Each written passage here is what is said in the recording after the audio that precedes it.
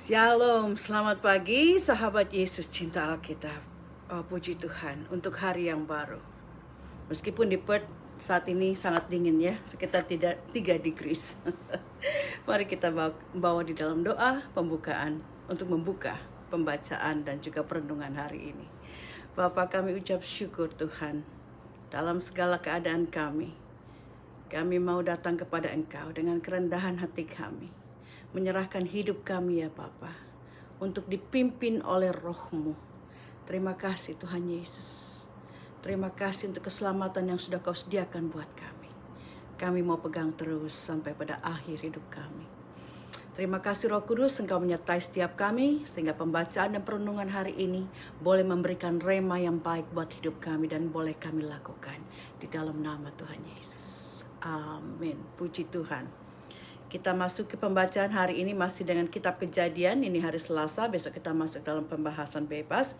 Kejadian 30 ayat 1 sampai 43, cukup panjang pembacaannya. Kelanjutan tentang anak-anak Yakub, the children of Jacob. Ayat yang pertama, ketika dilihat Rahel bahwa ia tidak melahirkan anak bagi Yakub, cemburulah ia kepada kakaknya itu. Lalu berkata kepada Yakub, "Berikanlah kepadaku anak, kalau tidak aku akan mati." Maka bangkitlah amarah Yakub terhadap Rahel dan ia berkata, "Akukah pengganti Allah yang telah menghalangi engkau mengandung?" Saudara, Rahel mencoba merajuk kepada Yakub, tapi bukannya Yakub kasihan sama Rahel, tapi Yakub malah marah kepada Rahel dengan mengatakan, "Dia bukan Tuhan. Akukah Allah yang bisa menghalangi engkau untuk mengandung?" Kata Rahel, "Ini Bilha, budakku perempuan, hampirilah dia, supaya ia melahirkan anak di pangkuanku, dan supaya oleh dia aku pun mempunyai keturunan." Maka diberikannya Bilha budaknya itu kepada Yakub menjadi istrinya, dan Yakub menghampiri budak itu. Bilha mengandung, lalu melahirkan seorang anak laki-laki bagi Yakub. Berkatalah Rahel, "Allah telah memberikan keadilan kepadaku, juga telah didengarkannya permohonanku, dan diberikannya kepadaku seorang anak laki-laki. Itulah sebabnya ia menamai anak itu Dan." Mengandung pula Bilha, budak perempuan Rahel, lalu melahirkan anak laki-laki yang kedua bagi Yakub. Berkatalah Rahel, "Aku telah sangat hebat bergulat dengan kakakku, dan aku pun menang." Maka ia menamai anak itu Naftali. Suatu kekonyolan dan kebodohan saudara dari Rahel ini. Dia yang cantik tapi tidak bijak ya. Karena dia tidak bisa punya anak, dia menyodorkan pembantunya, hambanya, budaknya, Bilha untuk tidur dengan suaminya, dengan Yakub. Supaya dari budaknya ini Ribka bisa mendapatkan anak yang nantinya bisa dia adopsi. Begitu mungkin pikirnya ya. Dan anak pertama dari Bilha dinamakan Dan.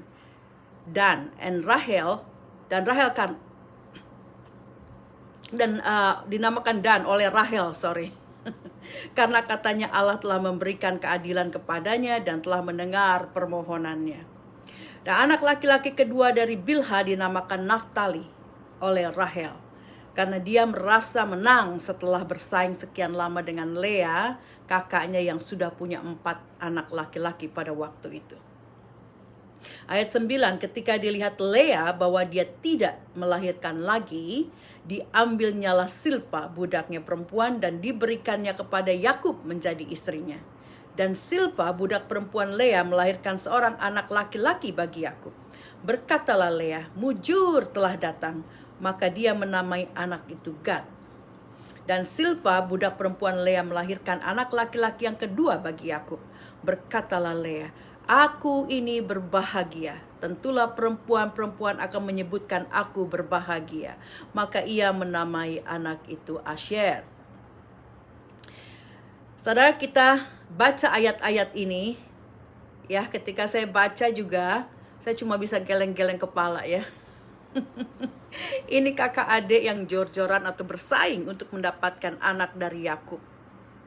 Bahkan sampai menyodorkan hamba-hamba, budak-budak perempuan mereka kepada Yakub supaya dari mereka juga melahirkan anak-anak bagi Ribka dan bagi Lea.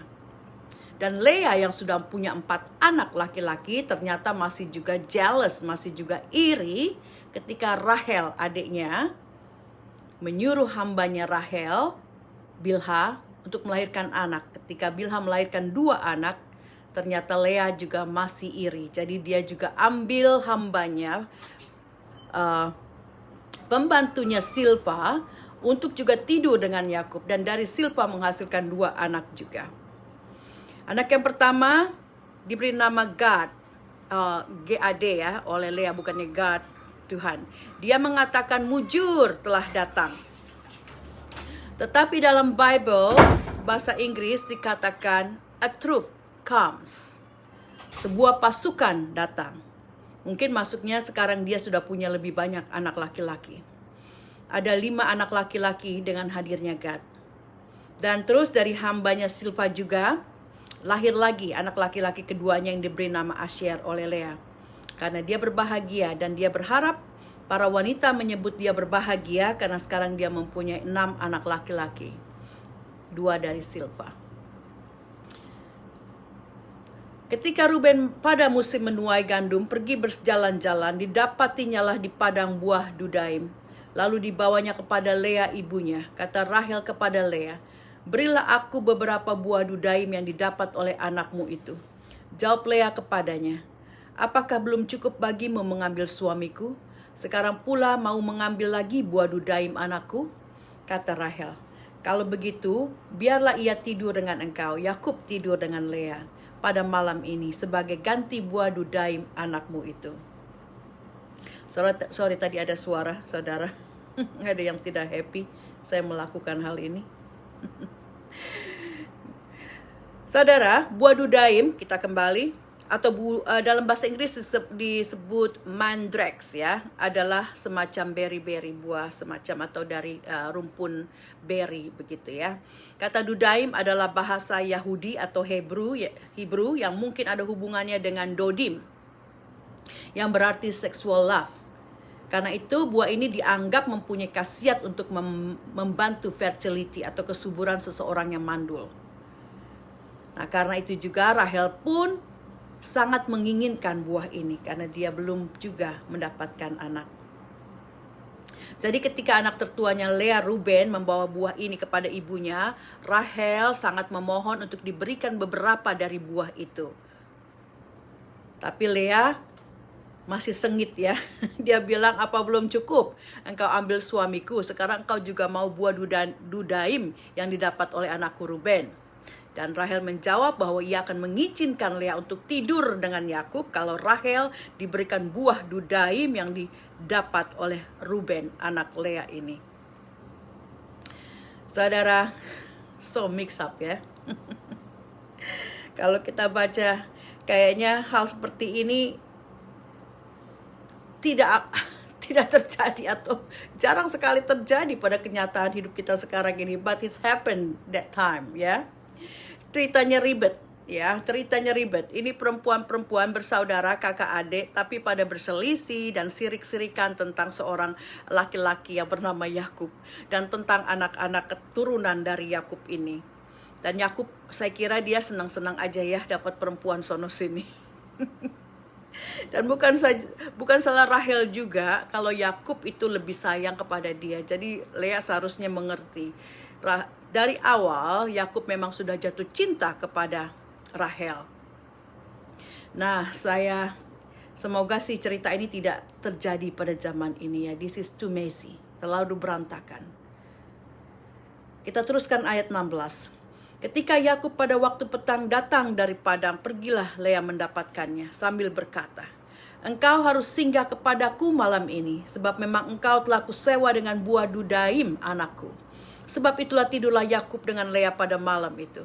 Lalu Allah mendengarkan permohonan Lea. Lea mengandung dan melahirkan anak laki-laki yang kelima bagi Yakub. Lalu kata Lea, Allah telah memberiku upah karena aku telah memberi budakku perempuan kepada suamiku. Maka ia menamai anak itu Isakar. Kemudian Lea mengandung pula dan melahirkan anak laki-laki yang keenam bagi Yakub. Berkatalah Lea, Allah telah memberikan hadiah yang indah kepadaku. Sekali ini suamiku akan tinggal bersama-sama dengan aku, karena aku telah melahirkan 6 orang anak laki-laki baginya. Maka ia menamai anak itu Zebulon. Sesudah itu ia melahirkan seorang anak perempuan dan menamai anak itu Dina. Saudara, Lea sudah tidak tahan untuk menemui Yakub. Jadi pas Yakub pulang dari padang, ia langsung menghampirinya dan mengatakan kepada Yakub bahwa malam itu Yakub harus tidur dengan dia. Karena Lea sudah menyewa Yakub dengan buah dudaim dari anaknya Ruben yang dia berikan kepada Rahel. Dan Rahel menyerahkan suaminya malam itu untuk tidur dengan Lea. Dan Yakub tidak mengatakan apa-apa. Kita tidak dengar Yakub berkata-kata tentang perempuan-perempuan ini. Dikasih Bilha, ayo ya. Dikasih Silpa, oke. Disewa Lea untuk tidur dengan dia, ayo. Sepertinya Yakub bukan suatu sosok laki-laki yang berhikmat dan punya harga diri. Ya, cuma kita dengar sekali dia berkata ketika dia menghardik atau berkata kepada Ribka, emang aku Tuhan yang menghalangi engkau untuk mempunyai anak. Itu kata-kata yang kita lihat dari panjang pembacaan kita di pasal-pasal sebelumnya, dan pasal ini cuma itu kata yang kita dengar keluar. Lalu Lea pun dikatakan melahirkan anak laki-laki yang kelima dari kandungannya yang diberi nama Isakar, dan setelah itu lahir juga anak Lea yang keenam yang dikasih nama Sebulon. Lea berkata bahwa Allah telah memberikan hadiah yang indah baginya. Dalam bahasa Inggris, Bible bahasa Inggris dikatakan God has endowed me with good endowment. Allah telah memberkatiku dengan berkat yang baik. Dan Lea berharap Yakub akan tinggal bersama-sama dengan dia karena anak-anaknya yang sudah banyak, yang sudah dia berikan kepada Yakub. Ya, setelah Sebulon, anak laki-laki yang keenam, Lea melahirkan anak perempuan yang dinamakan Dina, atau dalam bahasa Inggris dengan hak Dina. Ayat 22, lalu ingatlah Allah kepada Rahel. Allah mendengarkan permohonannya serta membuka kandungannya. Maka mengandunglah Rahel dan melahirkan seorang anak laki-laki. Berkatalah ia, Allah telah menghapuskan aibku. Maka ia menamai anak itu Yusuf sambil berkata, mudah-mudahan Tuhan menambah seorang anak laki-laki lagi bagiku. Allah kita adalah Allah yang adil. Allah tidak melupakan Rahel. Allah mendengarkan permohonannya dan membuka kandungannya. Dan Rahel pun melahirkan seorang anak laki-laki yang diberi nama Yusuf. Rahel melahirkan anak sulungnya Yusuf dengan harapan bahwa Allah akan menambahkan seorang anak laki-laki lagi baginya. Joseph atau Yusuf berarti to add atau to increase, untuk menambahkan, atau to give, untuk memberi. Kita lanjutkan Kejadian 30 ayat 25 sampai 43 tentang Yakub memperoleh ternak. Setelah Rahel melahirkan Yakub, berkatalah Yakub kepada Laban, izinkanlah aku pergi supaya aku pulang ke tempat kelahiranku dan ke negeriku. Berikanlah istri-istriku dan anak-anakku yang menjadi upahku selama aku bekerja padamu, supaya aku pulang. Sebab engkau tahu betapa keras aku bekerja padamu. Tetapi Laban berkata kepadanya, sekiranya aku mendapat kasih-Mu, telah nyata kepadaku bahwa Tuhan memberkati aku karena engkau. Lalu katanya, tentukanlah upahmu yang harus kubayar, maka aku akan memberikannya. Sahut Yakub kepadanya, engkau sendiri tahu bagaimana aku bekerja padamu dan bagaimana keadaan ternakmu dalam penjagaanku. Sebab harta milikmu tidak begitu banyak sebelum aku datang, tetapi sekarang telah berkembang dengan sangat banyak. Dan Tuhan telah memberkati engkau sejak aku berada di sini. Jadi bilakah dapat aku bekerja untuk rumah tanggaku sendiri? Kata Laban, apakah yang harus kuberikan kepadamu? Jawab Yakub, tidak usah kau berikan apa-apa kepadaku. Aku mau lagi menggembalakan kambing dombamu dan menjaganya, asal engkau mengizinkan hal ini kepadaku. Hari ini aku akan lewat dari tengah-tengah segala kambing dombamu dan akan mengasingkan dari situ setiap binatang yang berbintik-bintik dan berbelang-belang. Segala domba yang hitam dan segala kambing yang berbelang-belang dan berbintik-bintik, itulah upahku. Dan kejujuranku akan terbukti di kemudian hari apabila engkau datang memeriksa upahku. Segala yang tidak berbintik-bintik atau berbelang-belang di antara kambing-kambing dan yang tidak hitam di antara domba-domba, anggaplah itu tercuri olehku. Kemudian kata Laban, baik, jadilah seperti perkataanmu itu. Lalu diasingkannya lah Pada hari itu kambing-kambing jantan yang bercoreng-coreng dan berbelang-belang, dan segala kambing yang berbintik-bintik dan berbelang-belang, segala yang ada warna putih pada badannya, serta segala yang hitam di antara domba-domba, dan diserahkannya semua itu kepada anak-anaknya untuk dijaga. Kemudian Laban menentukan jarak 3 hari perjalanan jauhnya antara dia dan Yakub. Maka tetaplah Yakub mengembalakan kambing domba yang tinggal itu. Lalu Yakub mengambil dahan hijau dari pohon hawar, pohon badam, dan pohon berangan. Dikupasnyalah dahan-dahan itu sehingga berbelang-belang sampai yang putihnya kelihatan. Ia meletakkan dahan-dahan yang dikupasnya itu dalam palungan, dalam tempat minum, kemana kambing domba itu datang minum. Sehingga tepat di depan kambing domba itu, adapun di depan kambing domba itu, titik. Adapun kambing domba itu suka berkelamin pada waktu datang minum. Berkelamin mungkin, ya, berkelamin deh. Melakukan hubungan ya pada waktu mereka minum. Dan jika kambing domba itu berkelamin dekat dahan-dahan itu, maka anaknya bercoreng-coreng, berbintik-bintik, dan berbelang-belang. Kemudian Yakub memisahkan domba-domba itu. Dihadapkannyalah kepala-kepala kambing domba itu kepada yang bercoreng-coreng, dan kepada segala yang hitam di antara kambing domba Laban. Demikianlah ia beroleh kumpulan-kumpulan hewan baginya sendiri, dan tidak ditempatkannya pada kambing domba Laban. Ini quite confusing. Dan setiap kali apabila berkelamin kambing domba yang kuat, maka Yakub meletakkan dahan-dahan itu ke dalam palungan di depan mata kambing itu, supaya berkelamin dekat dahan-dahan itu. Tetapi apabila datang kambing domba yang lemah, ia tidak meletakkan dahan-dahan itu ke dalamnya. Jadi hewan yang lemah untuk Laban dan yang kuat untuk Yakub. Maka sangatlah bertambah-tambah harta Yakub, dan ia mempunyai banyak kambing domba, budak perempuan dan laki-laki, unta dan keledai. Saudara, pada saat itu Yakub sudah memiliki keluarga besar. Dia ingin memisahkan diri dari Laban pamannya dan memiliki ternak dan keluarganya sendiri. Tidak campur lagi dengan Laban. Dan ketika Yakub mengajukan usul untuk Laban memberikan upah padanya dengan memberikan kambing domba yang bercak-becak, ada warna, belang-belang gitu ya, Laban setuju dengan usul itu. Karena Laban pikir tidak banyak dari kambing dombanya yang seperti itu. Jadi dia tidak merasa rugi. Oh, nggak banyak, it's okay. Dan ya, lebih banyak lagi domba yang dengan satu warna, yang hitam saja atau putih saja begitu. Tetapi Laban tidak tahu apa yang Yakub kerjakan, apa yang ada di dalam pikiran Yakub ya. Yakub mendapatkan banyak keturunan kambing domba dengan bulu yang ada spot atau bercak atau belang-belang. Dikatakan dengan menggunakan campuran 3 tanaman khusus yang dikuliti, diambil bahan putih dari dalam cabang tersebut yang telah dikuliti itu. Terus Yakub menggunakan kecerdikannya untuk mendapatkan banyak kambing domba yang kuat.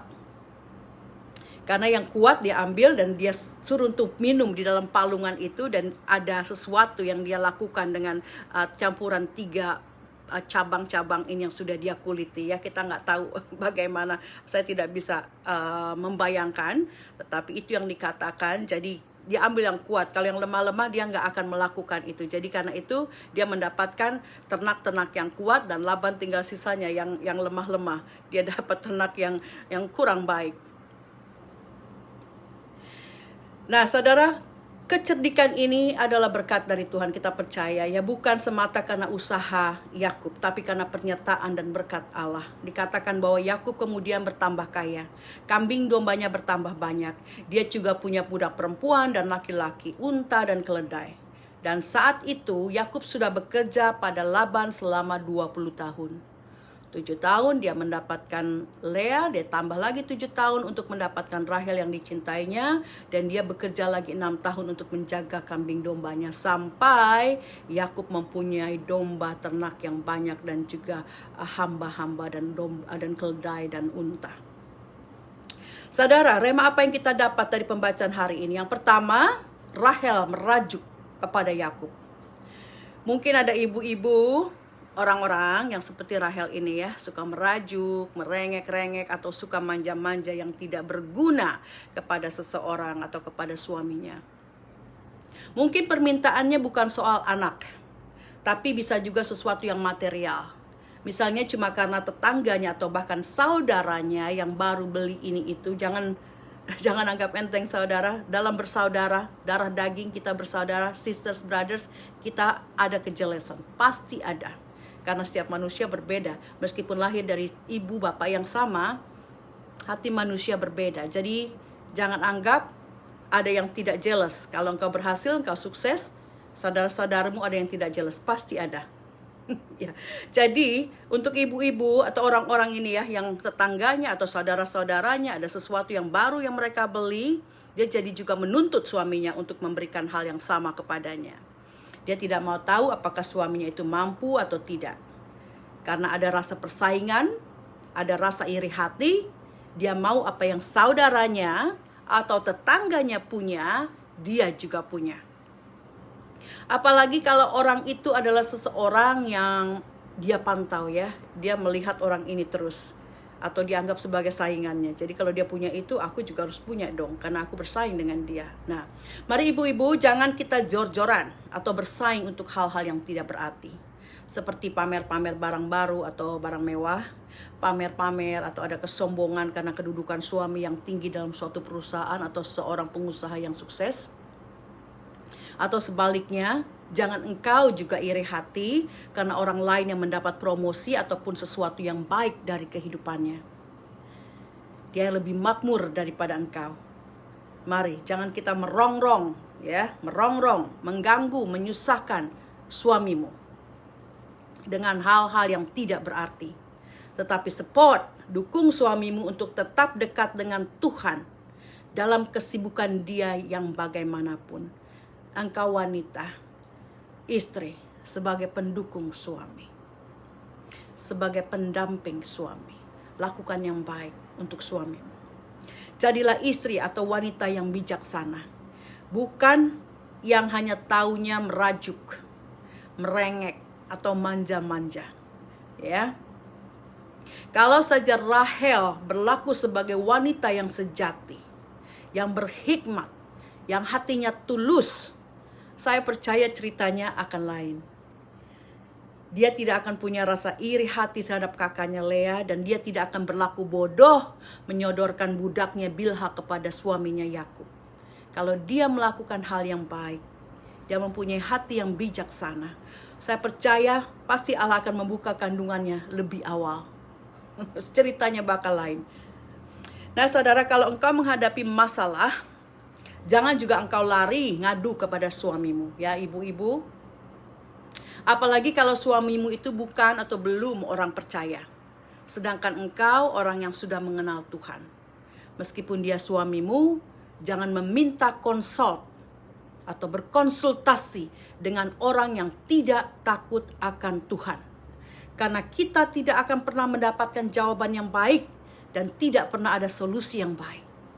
Contohnya saudara, ya, setiap ada masalah dengan anak saya yang remaja ini memang quite challenging, ya. Saya sering mencoba untuk mendiskusikannya dengan bapaknya, tapi tidak pernah berakhir dengan baik. Yang saya dapat cuma backfire, serangan balik. Bukannya komunikasi supaya dapat solusi, tapi cuma caci maki dan kata-kata yang tidak baik, yang menyalahkan, yang segala macam, yang membuat saya jadi down, jadi timbul sakit hati lagi. Nah sekarang Tuhan kasihkan hikmat kepada saya. Saya jadi lebih suka, atau saya bawa segala permasalahan saya kepada Yesus. Saya bicarakan masalah saya dengan Yesus. Dia tidak maki-maki saya. Dia tidak marah-marahin saya. Yesus juga tidak pernah menyerang saya. Dia hanya duduk, dia mendengarkan saya. Saya hanya percaya itu ya. Saya percaya ketika saya berkeluh kesah, Yesus akan setia mendengarkan saya. Dan setelah Yesus tahu apa keluh kesah saya, Ia akan memberikan jalan keluar solusinya. Melalui firman yang saya baca, melalui hikmat yang saya terima, melalui pikiran dan hati saya, melalui banyak hal atau lagu-lagu yang tiba-tiba saya dengar dan menguatkan saya, atau khotbah yang saya dengar dan menguatkan saya, banyak hal. Jadi saya hanya datang kepada Yesus. Tidak ada lagi orang-orang yang saya bisa andalkan untuk bercerita. Ya, jadi saudara ingat, kalau pasanganmu, istri, suami, orang tua, siapapun, bicarakan dengan mereka yang sudah di dalam Tuhan. Ya, daripada cerita pada orang-orang yang tidak takut Tuhan, meskipun dia pasanganmu, anakmu, orang tuamu, ataupun keluarga dan sahabatmu. Kalau dia belum di dalam Tuhan, tidak takut akan Tuhan, percuma, cuma bikin sakit hati, cuma bikin engkau kesel. Atau mungkin dia akan mengatakan yang bagus-bagus hanya untuk menyenangkan hatimu, tapi tidak sesuai dengan firman Tuhan. Untuk apa? Kita datang kepada Yesus, kita datang kepada orang-orang yang kita tahu sungguh di dalam Tuhan. Nah itu saudara, Mazmur 12 ayat 1 mengatakan, berbahagialah kita yang tidak berjalan menurut nasihat orang fasik, dan yang tidak berdiri di jalan orang berdosa, dan yang tidak duduk dalam kumpulan pencemooh. Jadi kalau kita sudah tahu orang itu bukan orang percaya atau orang yang tidak hidup sungguh di dalam Tuhan, ngapain juga kita minta nasihat atau mau berkonsultasi dengan dia. Ini bukan berarti kita tidak menghormati atau tidak menghargai orang tersebut, tetapi karena kita mau menjadi orang yang bijak. Jadi lebih baik cari solusi dari permasalahan kita di dalam firman Tuhan, di dalam hadirat Tuhan. Serahkan kepada Yesus. Tadi saudara dengar gedor-gedor pintu, padahal saya sudah teks dia, bapaknya anak-anak datang nanti setelah jam 10 karena saya masih live. Tapi mungkin dia tidak baca teksnya atau dia tidak mau tunggu, jadi dia gedor-gedor pintu, terus dia masih sumpah serapah. Pas dia buka, saya lagi online, dia sumpah serapah. Biar Tuhan menjamah hatinya, mengubahkan dia. Saudara, rema yang kedua. Pada awal-awal kitab Kejadian di pasal 4 ayat 19, kita bisa lihat ya. Awal-awal Kejadian di pasal 4 ayat 19, keturunan Kain, yaitu Lamekh yang mengambil 2 istri. Pada saat itu, dia mempunyai 2 istri. Mempunyai 2 istri pada saat itu sudah menjadi sesuatu hal yang buruk di mata Allah. Sudah merusak, merombak citra Allah tentang keluarga. Tapi saudara, kita lihat dari Abraham, kita lihat mulai dari Abraham keturunannya, mereka juga mempunyai beberapa istri atau gundik-gundik. Sarah memberikan Hagar budaknya kepada Abraham supaya mendapatkan anak. Dan kemudian Abraham juga mengambil Keturah sebagai istrinya setelah Sarah meninggal. Jadi kita tahu Abraham mempunyai 3 istri. Kemudian Esau mempunyai 2 istri dari suku Het, yaitu Yudis dan Basmath, wanita Kanaan, dan mengambil lagi anak Ismail sebagai istrinya yang ketiga. Esau, anak Ishak, cucu Abraham, dia punya 3 istri. Dan sekarang Yakub mempunyai 2 istri dan 2 gundik. Ini kelihatannya atau sepertinya masalah keluarga ini bukan lagi suatu yang sakral. Karena laki-laki bisa mempunyai beberapa istri atau gundik. Tapi kita tidak bisa menyalahkan laki-laki juga sih saudara ya. Karena wanita-wanita atau istri-istri inilah yang menyodorkan wanita-wanita atau budak-budak mereka kepada suaminya. Dan suami sebagai laki-laki disodorin perempuan baru, mereka yang masih lebih muda atau lebih seger begitu ya.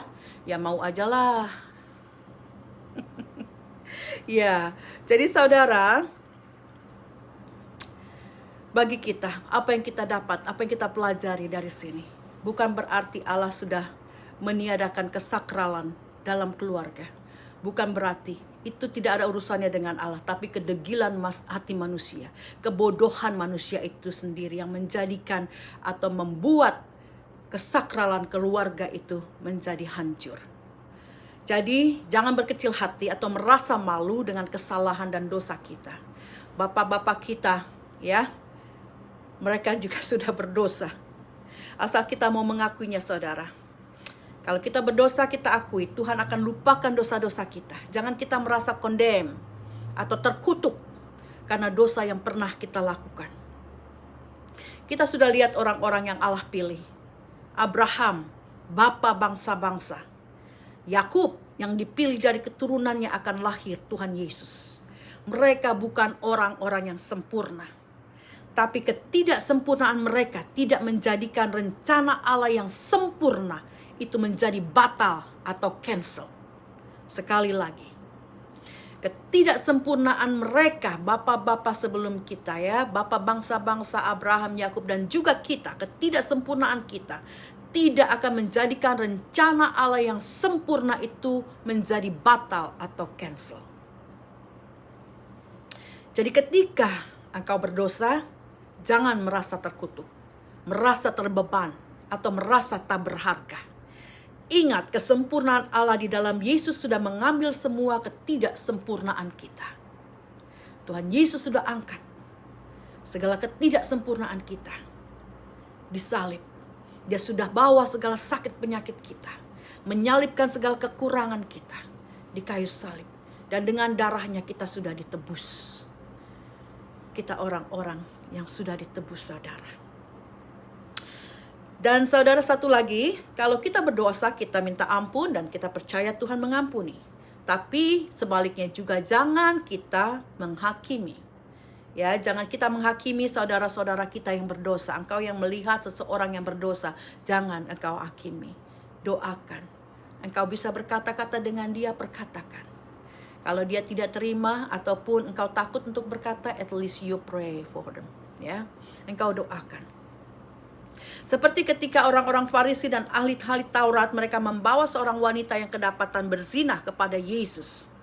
Dan Tuhan Yesus mengatakan di Yohanes 8 ayat 7, barang siapa di antara kamu tidak berdosa, hendaklah ia yang pertama melemparkan batu. Dan saudara lihat, tidak ada seorang pun yang berani melemparkan batu. Itu berarti semua orang di situ telah berdosa atau pernah melakukan dosa. Jadi jangan hakimi saudara kita. Saudara, masih banyak yang saya mau bahas sebagai rema bacaan hari ini, tetapi karena waktu kita akhiri di sini. Jadi ingat, yang pertama, andalkan Yesus. Jadikan dia sahabat kita yang setia. Kita bisa terbuka dan bercerita kepada dia. Dan dia akan memberikan solusi dan buka jalan untuk kita. Percaya itu. Yang kedua, Tuhan Yesus sudah mengangkat segala ketidaksempurnaan kita. Baik kekurangan, sakit penyakit, kemiskinan, dan segala macam dosa kita. Karena itu, jangan lagi kita menjadi orang yang terbeban. Kita umat pemenang. We are victorious in Jesus' name. Amin. Tuhan Yesus memberkati dan bawa Yesus dengan engkau kemanapun engkau pergi. Haleluya.